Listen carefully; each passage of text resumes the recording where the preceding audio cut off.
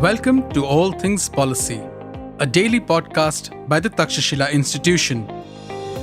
We are a bunch of policy nerds based in Bengaluru, and we like bringing fresh perspectives to Indian affairs and Indian perspectives to global affairs.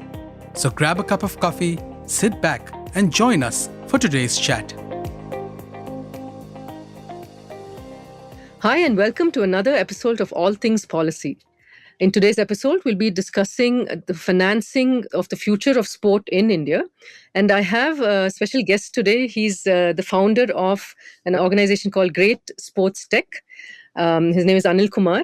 And he's kind of founded this organization back in 2004. And it's now a leader in sports infrastructure in South Asia. He brings over 30 years of international experience as well. And under his leadership, Great SportsTech has executed some of the most prestigious and innovative sports infrastructure projects over the last 21 years. And this is across not just India, but across 10 countries in South Asia and the Middle East. So the reason I just wanted to bring Anil into this conversation is because right now sports is at an inflection point in India as well. We are seeing how the government has and the government narratives after we've bagged the Commonwealth Games, that how India is at a point where we can accelerate from here on, and infrastructure plays a big role. Right. So welcome, Anil, and I'd love to hear more about the financing aspect in our conversation today.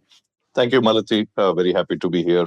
Proud to be part of this podcast, and hope to share some views and perspectives from the field, so to say, that can help people get an overall idea about where we are going.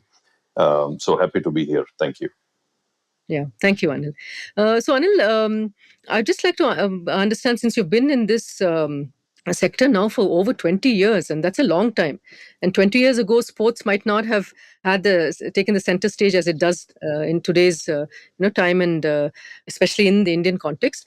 So, could you tell me your journey, maybe how you and why you started off to begin with, and over the years how it has kind of you've taken steps and leaps and bounds rather forward? Sure, happy to. So I've been in sports myself. I've been a national level sports person in my college years, and so that gave me an insight into what are the challenges that we have as a country in terms of not just sports infrastructure, surely that, but many other parts of the sports ecosystem.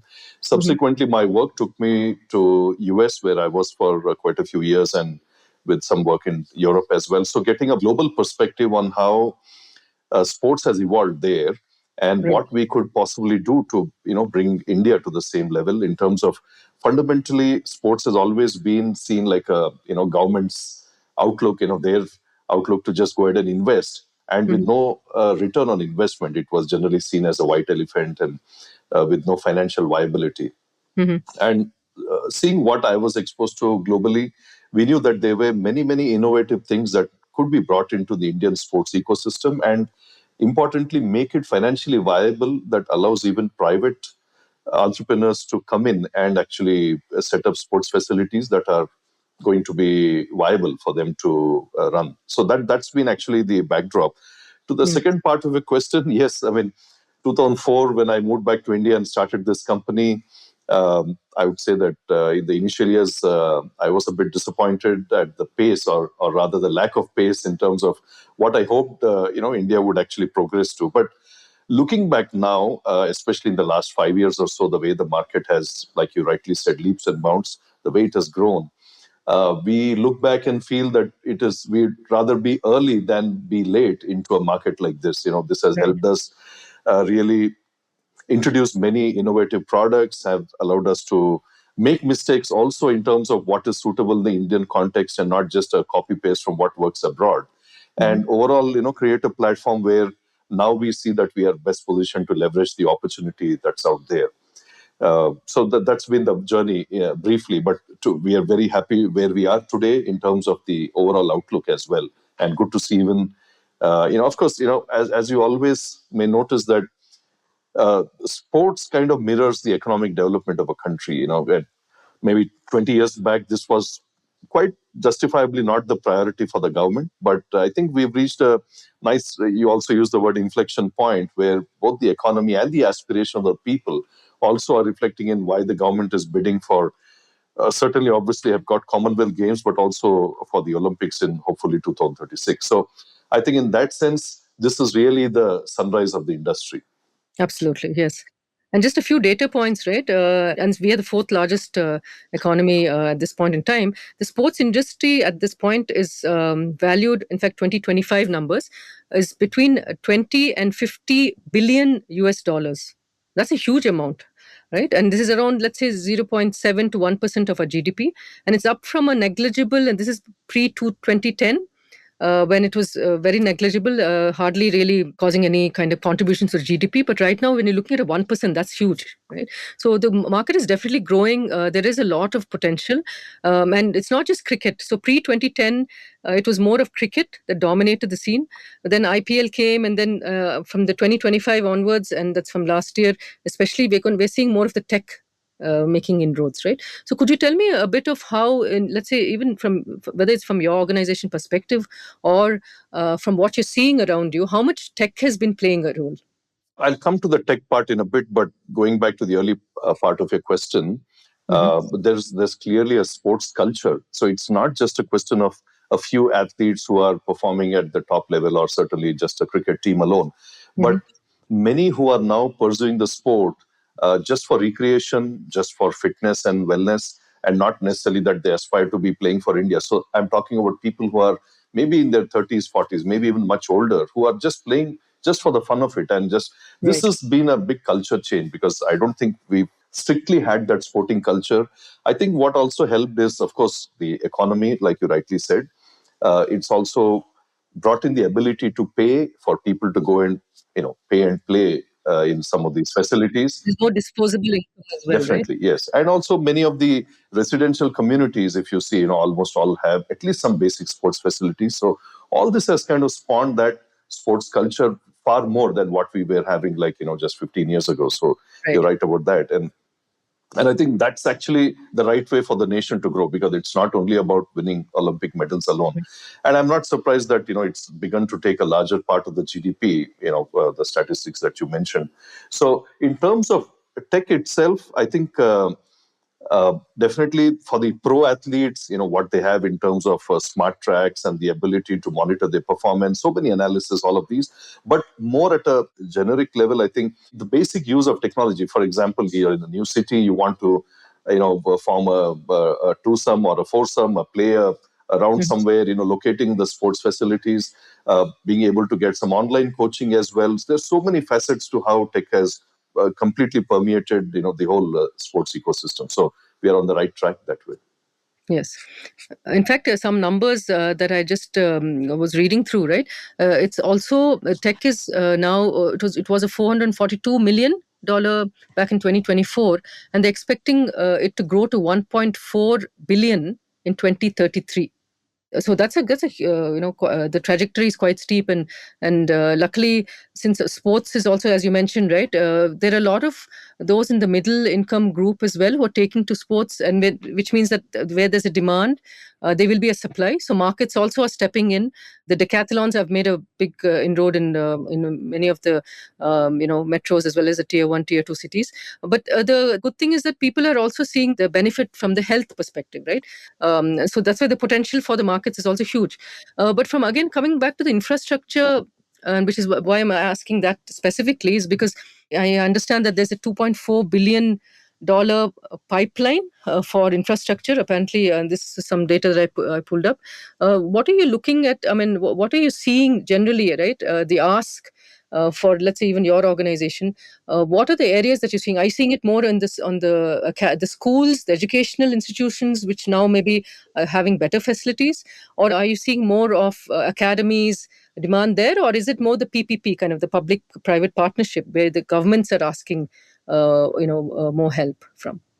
Oh, actually, it's across the spectrum, really. Okay. So, yeah, absolutely. You said it rightly. So it is definitely there in the education institutions. We were really, I recall that even as of maybe 2010, 2014, thereabouts that time frame, typically a school would be very proud to just do one tennis court or one basketball court, typically a 10, 15 lakh kind of an investment. Today, it's not unusual.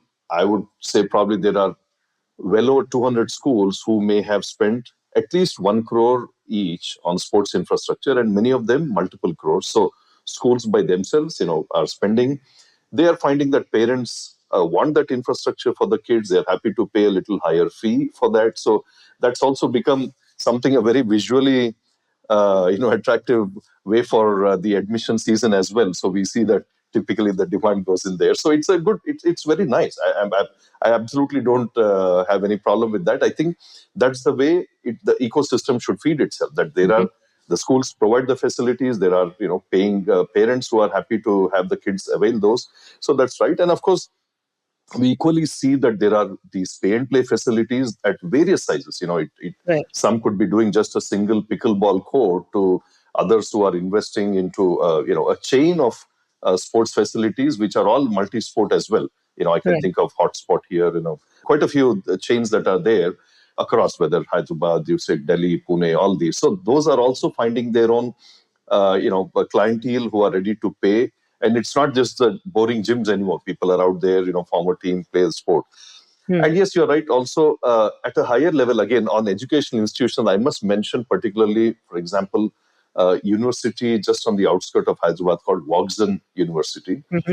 They have set a benchmark, that many universities come there and now aspire to do something at least close to that. They've probably spent upwards of 50 crores just on the sports infrastructure alone, probably building, I would say, one of the best in Asia, really. And it would be that good. This is something that people should look up, because that's something, and they find that that's viable for them as well. So this is, I think, opening the mind to many of the education institution owners as well. Coming to the public-private partnerships, yes, there are.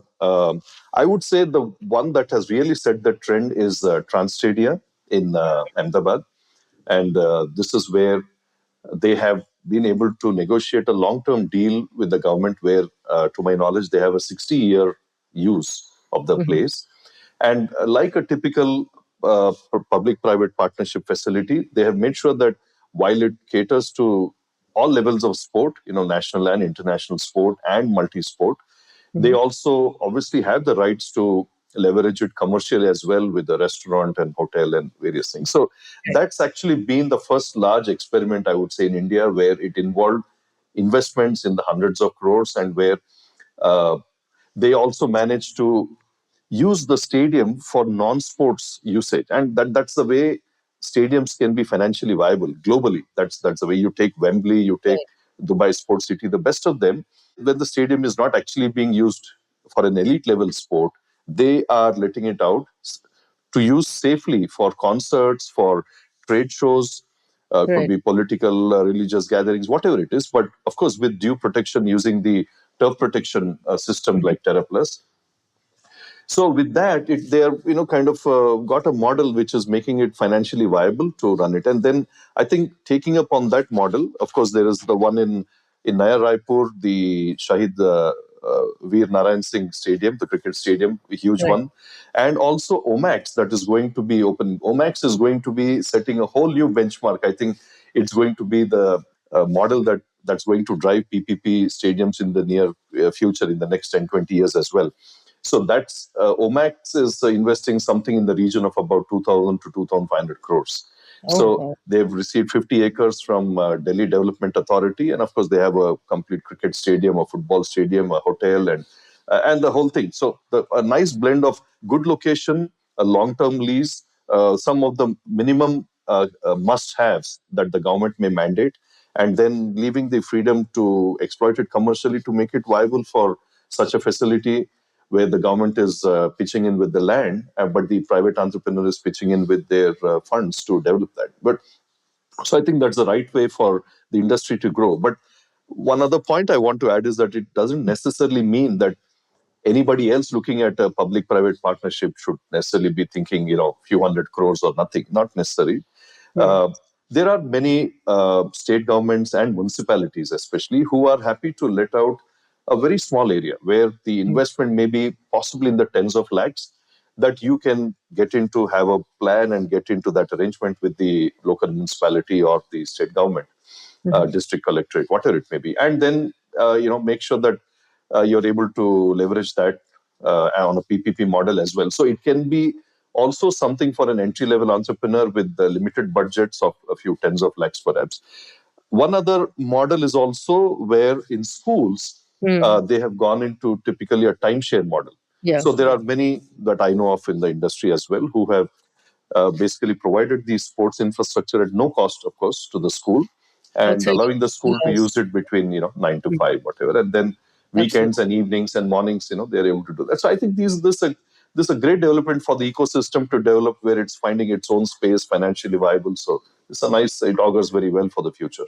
Yes, absolutely. Especially when space has now become a premium, right? When you look at in the cities with this high density, and then repurposing that space, reusing the space has now kind of is becoming part of the urban planning as well, right? And so I think schools doing it outside of the school hours, and they also make an extra. There's an extra revenue stream for the schools as well when they, might rent it out to those utilizing, as long as it's being taken care of well, and likewise even repurposing the stadium. So I think these are models that are sustainable, and also especially in our cities with where it's space and real estate is kind of growing, right, at an alarming rate. And if I look at Bangalore itself right now, our public parks are kind of being replaced or being encroached upon. So I think repurposing and reusing space is going to be the thing moving forward, and also accessibility at a close proximity to residential areas, because in Bangalore we have problems with traffic,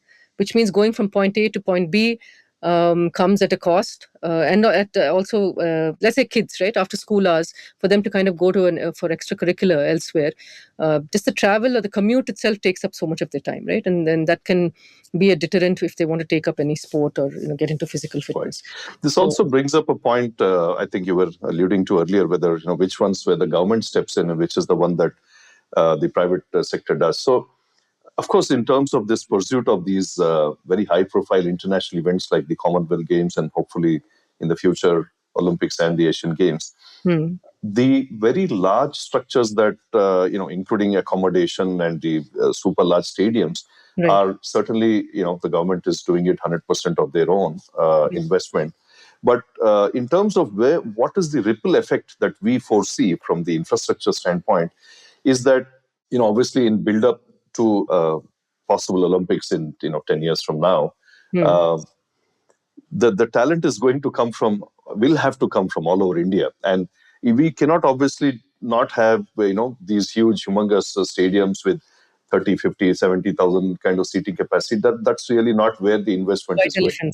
Oh, absolutely, yes. So we foresee a lot of grassroots level sports infrastructure having, depending on the population of a district, and the headquarters and the population in that area, very basic level, just maybe as little as a small 200-meter synthetic track, a synthetic turf football field, an indoor stadium with the multi-sport. So, and then proliferation of these. You look at India, we have 800 districts, and the kind of talent that you could actually open up to. Right now, we probably are kind of generally the funnel is hardly 10-12% of the population, and I think. So this is where now, whether we host Olympics in 36 or not, and even if we do, I think as the larger mission for the nation, the fact that we want to be a sporting power, if not 10 years from now, maybe 20 years from now, this is clearly the way to go. So I foresee that there will be tremendous grassroots, the district headquarters, and of course, as you go regionally, there will be larger, more training level facilities, and of course at the state level competition level facilities that way. So yes, absolutely. And we all know, right, most of the elite athletes come from these rural areas. Of course. They have come despite the lack of the infrastructure and facilities, despite which they've gone on to win medals for the country. So if we provide adequate, as you mentioned, just basic facilities, a place for them that they can train, it'll definitely make a big difference in boosting, not just in larger numbers, but this is actually a game changer. If you look at even what the recent national sports policy, right? Earlier in the past, the government too was focusing only on elite athlete pathways, right? But now we're seeing social development, we're seeing economic development. We are also seeing how education can play a bigger role. So these are the additional pillars that have come in. There are 5 such pillars, in the national sports policy. And the interesting thing is that these are the areas where now more attention can be, and the government too is backing it up. Just to give some numbers, the one of the pillars, right, talks about how we can strengthen the funding mechanisms for sports development, and this will be typically be in the rural areas, and they're revamping funding mechanisms. This could be contributing towards the National Sports Development Fund, but they talk about initiatives. The sports minister himself has spoken about adopt an athlete, adopt a district, adopt a venue, right? Or a one corporate, one sport, or a one PSU, one state. So all of these things are being floated out there just so that whichever idea appeals to those wanting to invest, and this is a call for the markets to step in, because the government can do only that much. As we were discussing, right, there are much bigger issues to solve, and now, especially with the recent crisis, defense plays a big role. Much of the union budget, a large pie, has gone towards defense and improving things. So, but the sports in the union budget has gotten around 4,480 crores. And sports manufacturing, there's been 500 crores, Right. which is actually a good signaling that, hey, government is going to be contributing 500, the markets should be contributing tenfold at least, right? And the money is there. Oh, absolutely. And a couple of points that I would want to mention in that context. First of all, a very, very good move by the government has been to make sports a valid spend for CSR. Right. Earlier, it was not. So the minute it came in, so the CSR is a sizable chunk. And for those who are inclined to spend towards sports, earlier it was not counted as a valid CSR spend. So now that it comes, so automatically there'll be a huge channeling of funds, the CSR funds towards sports. Mm-hmm. The second part is in terms of the overall industry, the way that it is moving. It is not just about, you mentioned about the union government, the budget it has laid out. Within the defense budget, for example, there's a very sizable sports budget as well. So it kind of comes within, enclosed within that. So, for example, we do a lot of work in the defense sector, building these sports facilities, the infrastructure, anywhere from very basic ones to very elite ones. Importantly, each state also has its own sports budget, as you're aware. Right. So, right. Cumulatively, the number, that 4,500 crores that you say, actually, in our calculations, probably reflects more like at least 1 lakh crores. It is that sizable. So between what defense and state governments and the CSR funds that come in, as well as the Union Sports Ministry itself. So Union Sports Ministry is stepping in typically with this Khelo India, or, as well as the Khelo India mission now, but the Khelo India Sports Infrastructure, what used to be the USIS, Urban Sports Infrastructure Scheme. So where there are defined, almost anybody, any municipality, state government, or university can actually approach and get a 100% grant for the valid spends. There are 8 of them, like a synthetic athletic track or a synthetic football field, hockey field, a swimming pool, tennis courts, archery. So that way, Khelo India steps in with supporting where the recipients, the beneficiaries, are not capable of spending on their own. But overall, the numbers are more in the 1 lakh crore kind of a size annually. That's an interesting point you make, Anil. And that's so true, because now sports has become an enabler, right, in many ways. So we know that from the sport itself, playing the sport, maybe getting medals for the country is just one aspect. But then when you're looking at fitness, physical activity, increasing the physical activity, the numbers across the country, because that's one area which will impact India, in a huge way, because we might be a young nation right now, but by 2050, right, we're going to peak, and then it's going to be a downhill from there, right? So we need to ensure that physical inactivity, which the Lancet report at this point says, just a couple of years ago, the report that came out said that close to 50% of adults in India are physically inactive.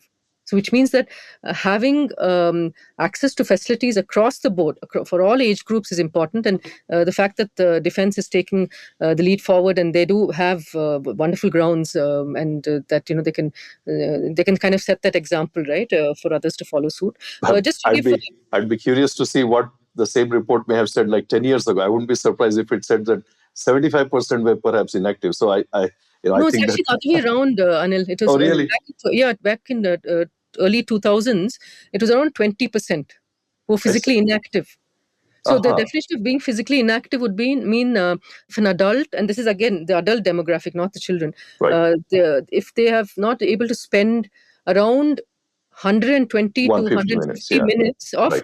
vigorous activity per week. Per week. Yes. I agree. That's not actually much, in the long scheme of things. It's not much to devote for one's own, health. But then, unfortunately, because of the trend and in the cities as well, there's less time for, and it's not prioritized as much. And that's the reason why us as a country moving towards being a sporting nation, right, and building that sporting culture is important, and it has to come from within families. Right? The government, it can't be a top down. The people should understand the importance of fitness, and from schools onwards, right, that should become part and parcel. That's one of the reasons also why the NEP 2020 has kind of categorically said that sports is co-curricular and no longer an extracurricular. I think, that's a very good definition. Yeah, absolutely. Yeah. So, and interestingly, the governments too have been, like you mentioned earlier, right, the distribution has been across Khelo India for around close to 1,000 crores for their centers. SAI, that's the Sports Authority of India, and the TOPS, that's the Target Olympic Podium Scheme. Again, factors for around 1,000. This is for elite sport. And then we have the NSF, the National Sports Federation grants, which is around 425 crores across the 61 federations. And so I'm talking about the union budget, how it is kind of spread across all of these areas. Right. And of course, there are also tax incentives, right, for those who are deductions for investing in these areas. Absolutely. So, now that the government has kind of very clearly, right, it has indicated its intention, especially over the last few years, of sports playing that enabler role. You would have seen this translating even in the markets, right, Anil? So, which are the areas that you find more of contributions from the market, not just your organization, I'm just talking about broadly? You see more of the sports manufacturing sector kind of picking up, or are you seeing more of encouragement from because this could be investments from outside that's coming in? Where do you kind of see a spike? On sports manufacturing, the government is doing a lot, trying to, of course, first it has designated sports as an industry. That was a big step as well. Yes. And now there are so many, industry connects that are happening by the government to see with the manufacturing sector to see how they can enable them to become a global leader in terms of our ability to export sports goods. So that's certainly a big push from the government. But other than that, it's obviously in sports tech it is mostly the private players that are coming in. It's there are, interestingly, we recently came across the first PE fund exclusively focused on sports, which you may be aware, Center Court Capital. So that's a big step forward as well. Invariably we would always find, or rather I would say the other way around, never in the past have I seen any PE fund having sports as even one of their sectors, and this is exclusively on sports. So this is an offshoot of JSW Group, and therefore I think that corporate stepping in as well. Of course, they have a huge sporting culture. They've done a lot for the nation in terms of their other elite sports facilities that they already have. But now this is a fund where I think a 350 crore fund exclusively for sports investments, and they've been making a few investments already. Center Court Capital. Yeah, speaking of which, JSW, Reliance, all of these have been major contributors even in the CSR, right? So if you look at around 520 odd crores in the financial year 23 that came from CSR, which is just a 1% of the complete CSR contributions. But now we're seeing it moving towards a 2%, and that itself is around 1,000 crores, which can do a lot of make a big difference. Right. I think as companies see that the CSR spend on sports is also bringing them good mileage, good visibility, good press, good image, I think they will begin to do more of that. And I think hopefully from one, it may, soon move up to 5-8% or so of the total CSR spend. So I think it's a good start that it has reached 1%, I think we're in the right direction that way. Unfortunately, I think one area which I would think is where it's lacking is in the research side. Right, there's not much money being put into financing research, R&D in sports, and that is the case, of course, across sectors. But then R&D will make a big difference, because if you're going to be manufacturing, it could be equipment. something as simple as equipment required for archery or for shooting, right, where India is kind of playing quite a big role. Instead of importing all of this, or even prosthetics in the para sport. I was talking to a para athlete the other day, and she was mentioning how she had to a few lakhs just to get a prosthetic, and they need different prosthetics based on when they're playing or when they're, normally when they're just practicing, when they're training versus when they're actually performing at the elite level. So this comes with the costs, and not everybody can afford it. But if you do a Viksit Bharat or a made in India, that can go a long way. And for that, we need to spend in R&D. Oh, absolutely. Goes without saying. And I think one step in that direction that I've been part of is there is an association called the Sports Engineering Association of India. This is primarily promoted by BITS Pilani.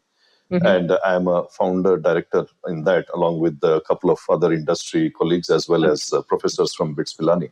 And the mandate is primarily that at a very modest fee, they are happy to go ahead and use their knowledge and their labs and their intellect and the group, collective wisdom to try and see how they can look to come out with innovative products that can primarily be made in India. So there has to be some seed capital somewhere from some entrepreneur who says that, okay, exactly for the example that you took, there's equipment required by para athletes, and someone could go and say that, I want to go ahead and design something here that can be, with a few mandates, less expensive, locally available materials, it has to be certified by World Athletics, whatever, and mandate them and, kind of do that.